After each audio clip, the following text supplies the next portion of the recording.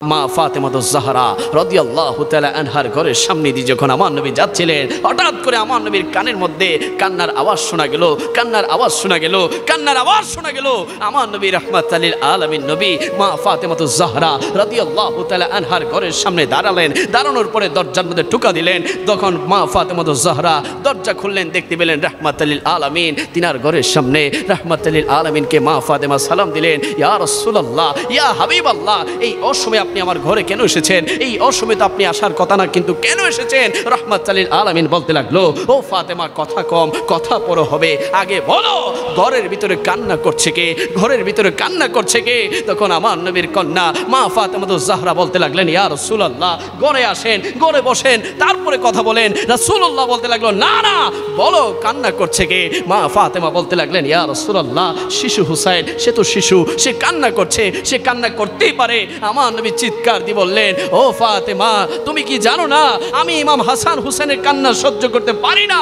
আমার হুসেনকে আমার কোলে দাও। যখন হুসাইন রাদিয়াল্লাহু তাআলা আনহু রাহমাতাল লিল আলামিনের কোল মোবারকে আসলেন, সাথে সাথে হুসাইন রাদিয়াল্লাহু তাআলা আনহুর চোখের পানি বন্ধ হয়ে গেল। জোরে বলি সুবহানাল্লাহ। কত মহব্বত, কত ভালোবাসা।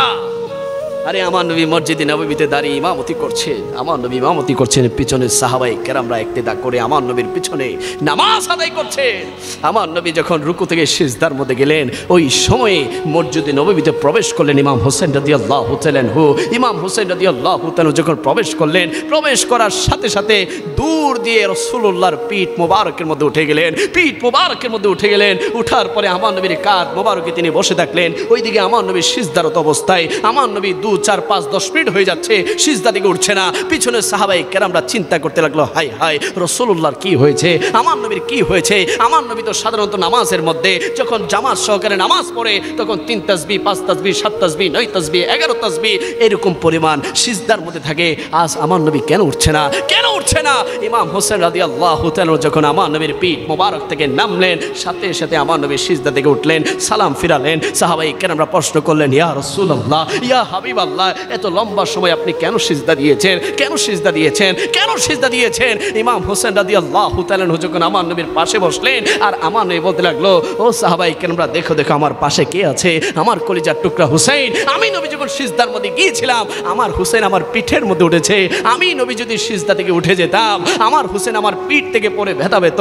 আমি নবী তো আমার হুসেনের ব্যথা সহ্য করতে পারবো না। আমি নবী তো আমার হুসেনের ব্যথা সহ্য করতে পারবো না। এই জন্য আমি সিজদা দেরি করেছি।